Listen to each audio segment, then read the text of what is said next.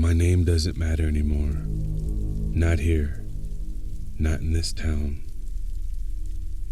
I walk its streets like a ghost. No one recognizes me. Or maybe they do, and choose not to out of fear. I'm not sure which is worse. The courthouse is still standing, though the paint's peeling now. Ivy's grown thick over the brick. I spent years staring at those walls in my dreams. They haven't changed one bit, unlike me. They let me out on a Tuesday. No cameras, no headlines. Just a man 20 years older with a trash bag of belongings that no longer fit and a name that no longer belongs. Wrongful conviction. That's what the papers whispered. DNA evidence that wasn't around back then. Proved I didn't kill Lily Monroe.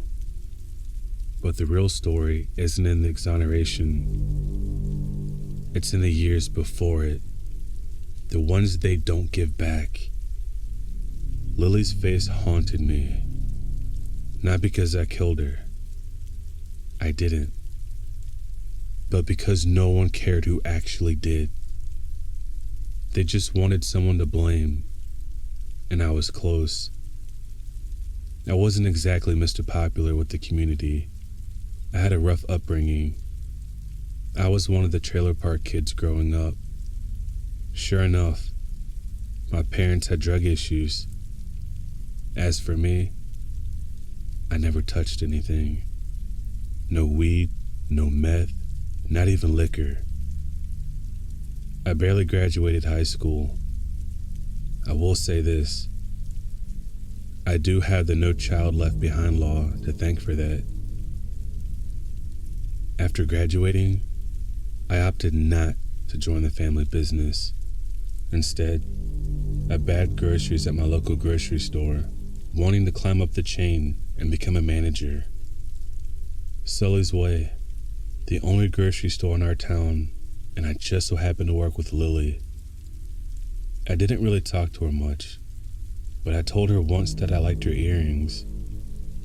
I guess that was enough. Bad kid, bad upbringing, bad parents, proximity and bad luck. The cops found her necklace in my trunk, or rather, they placed it there. That shit wasn't there when they checked it the first time.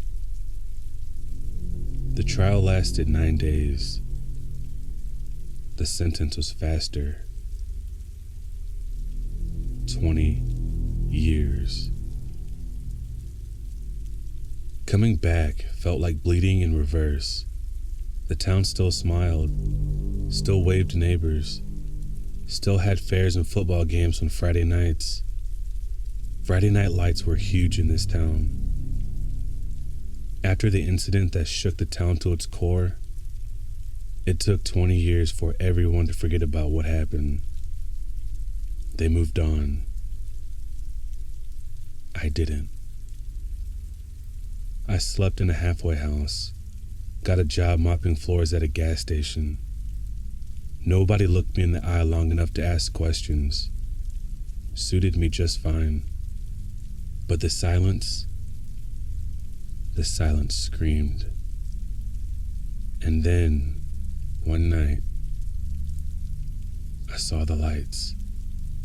The town carnival. It showed up every summer now. I remembered when it didn't exist, when the lot it stood on was just gravel and overgrown weeds. Now it was the center of town joy.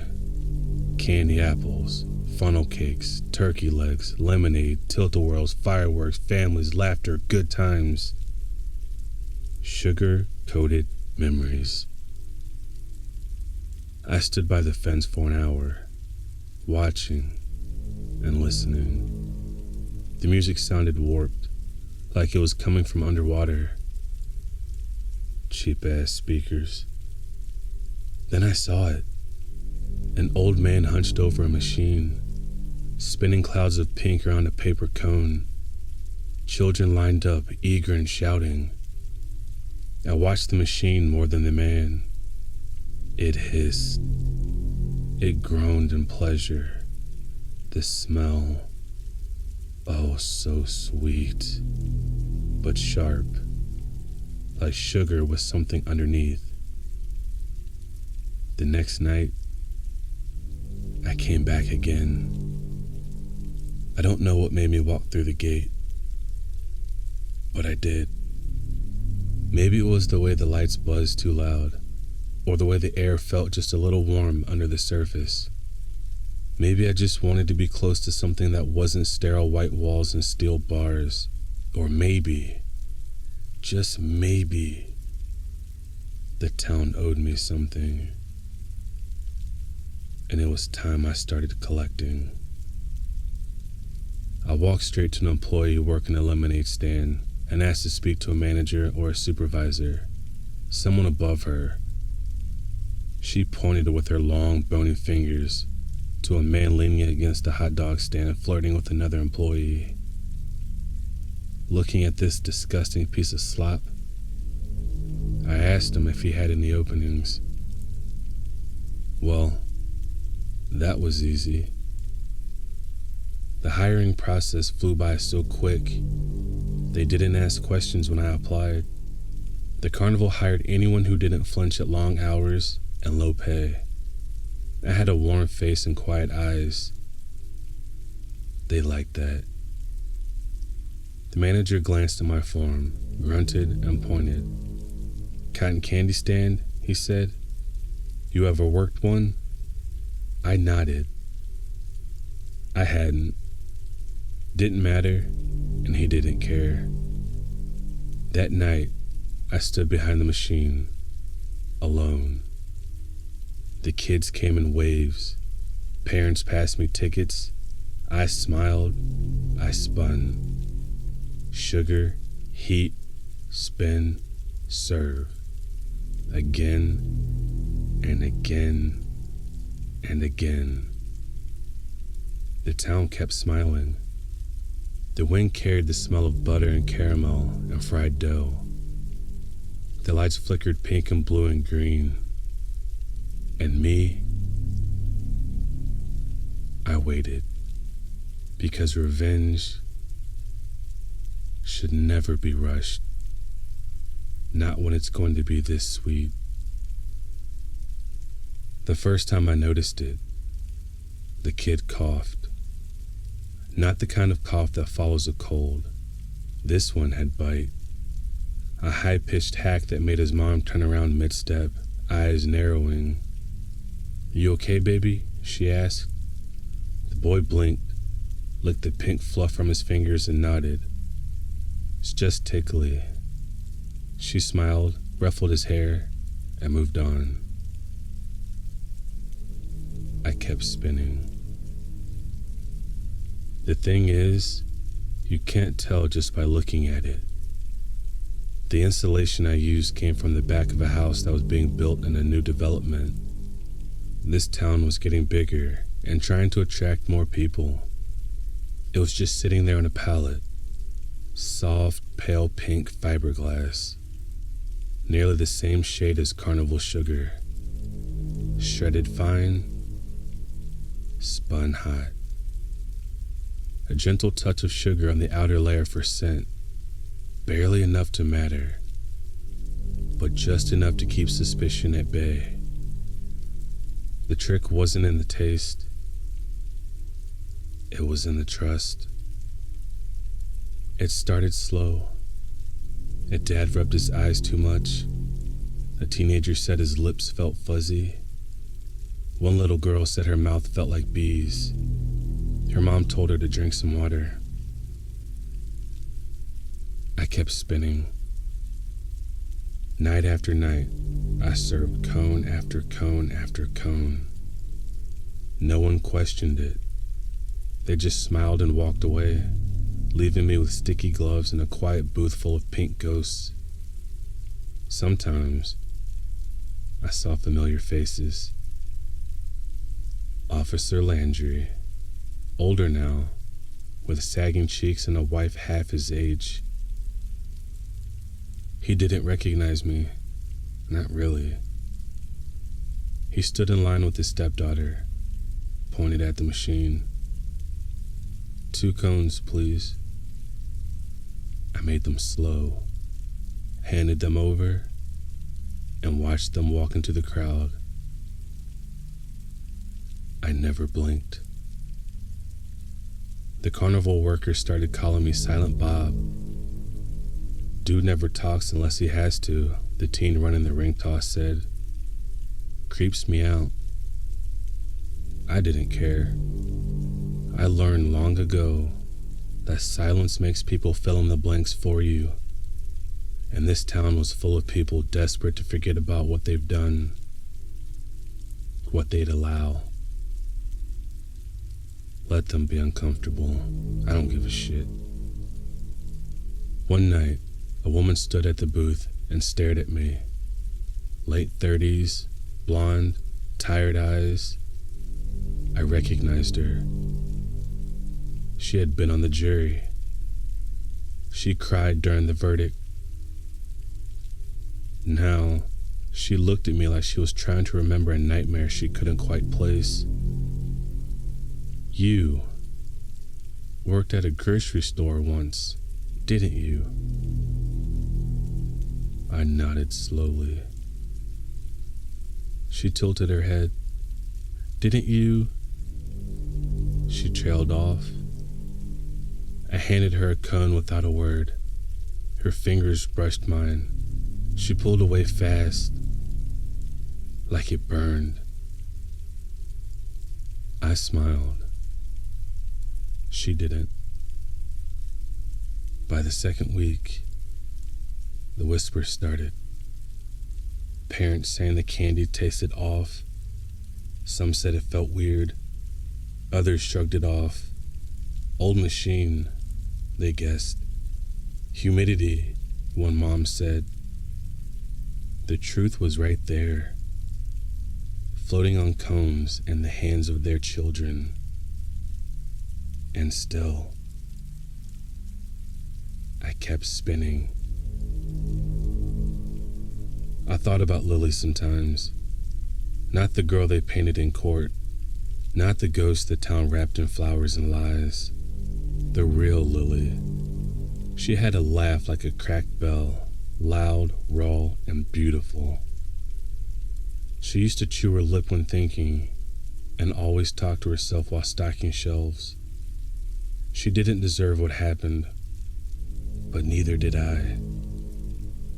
And if the town couldn't tell the difference back then, why should I care now? One more week, I told myself. One more week, and they'll start to connect the dots. But by then, it'll already be inside them, in their throats, in their lungs, splinters of pink regret. The week passed like a fog.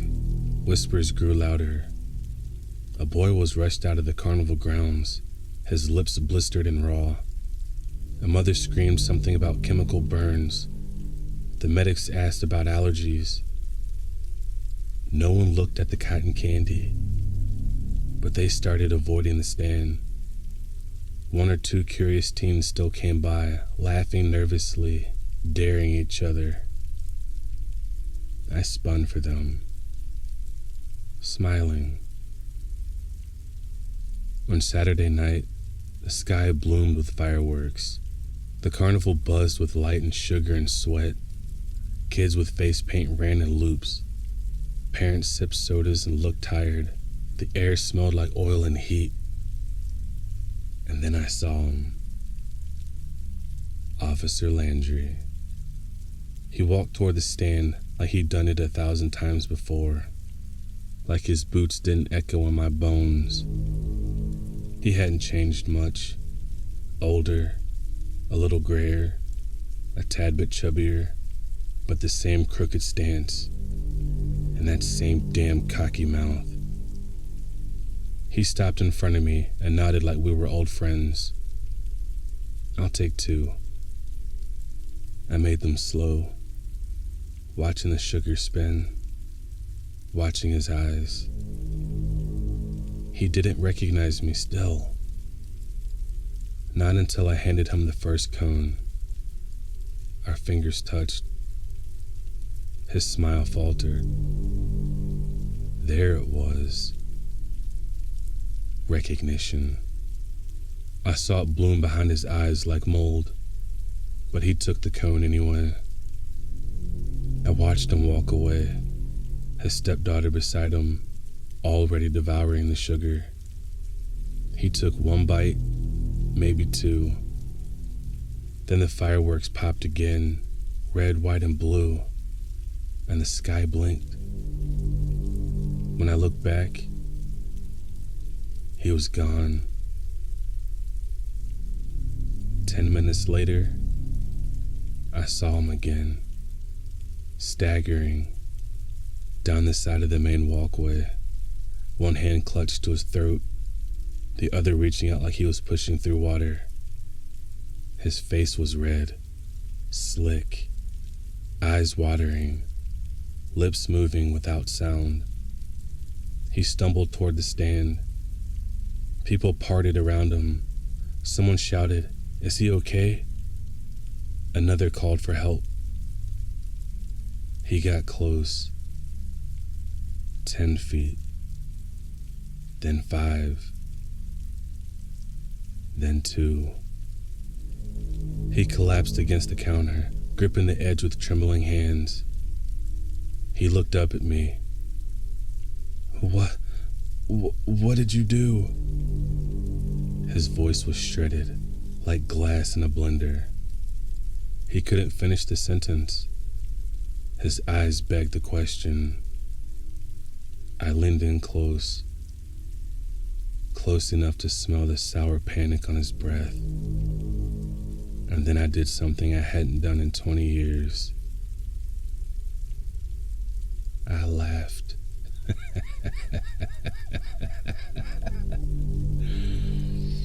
Quiet at first, then louder and louder, until it echoed across the booth like a broken record. Officer Landry stared at me in horror, the color draining from his face, and in his last moments of clarity, he finally knew. They shut the carnival down 2 days later. Rumors of contamination, injuries, lawsuits. They'll never prove it. There's no camera at the cotton candy stand. No evidence, no witnesses, just the memory of a man with quiet eyes and a smile like revenge.